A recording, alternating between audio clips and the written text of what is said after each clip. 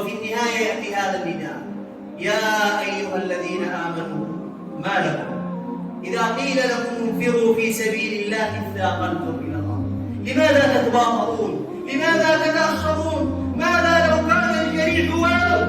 ماذا لو كان الطفل المقتول الخالق رجلين وكله مردود تحت الأنقاض ولده؟ ماذا لو كانت الأسرة أسرته؟ ماذا ستقول؟ ماذا تريد ممن حولك يفعلون؟ ألا تريد أن يغيثوك؟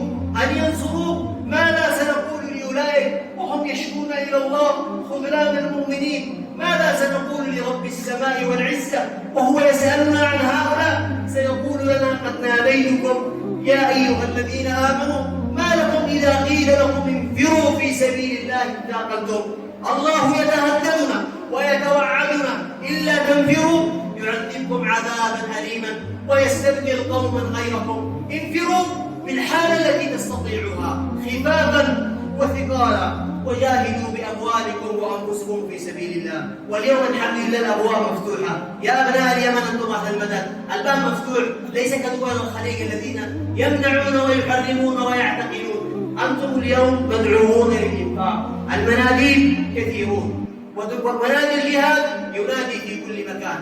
ها أنتم هؤلاء تدعون لتنفقوا في سبيل الله. أسأل الله بمنه وكرمه وبجوده وفضله أن يحق الحق وأهله وأن يخذل الباطل وحزبه.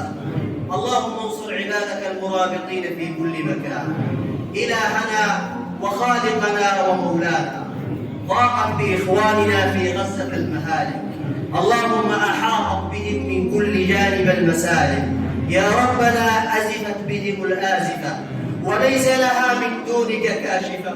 يا سامع كل شكوى ويا كاشف كل بلوى، يا من تسمع أنينهم من تحت الأنقاض، يا من ترى أنينهم وآلامهم، يا من ترى ضعفهم، يا من تعلم ضعفهم وقلة حيلتهم. إلهنا أنت ربنا وربهم. إلى من تكلهم؟ إلى صهاينة يتهجمون عليهم، أم إلى خونة ومنافقين وأعراب يحاصرونهم ويمنعون الناس أن يجاهدوا في السبيل؟ إلى من تكلهم يا رب؟ اللهم أنت لهم نعم المولى ونعم النصير. اللهم لا تؤاخذنا بذنوبنا ولا بتقصيرنا ولا بخذلاننا، هذا جهدنا لا نجد إلا جهدنا.